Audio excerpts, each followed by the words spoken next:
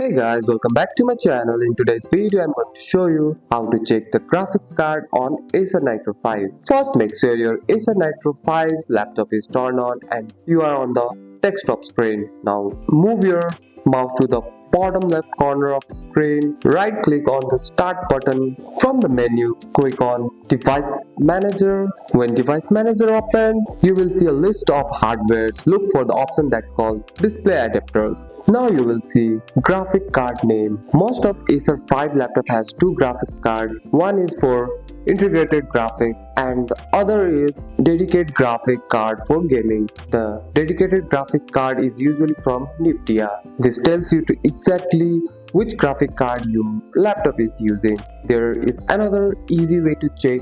Right click on desktop and tap on display setting, scroll down and click on advanced display setting, scroll down and click on here. You can also see information about your graphics card. You can use this method anytime you want to check your graphics card. It helps you know if your laptop is ready for gaming or heavy work. And that's it. That's all for today's video, guys. If you found this video helpful, drop a like and subscribe for more videos. Thanks for watching. See you in the next one.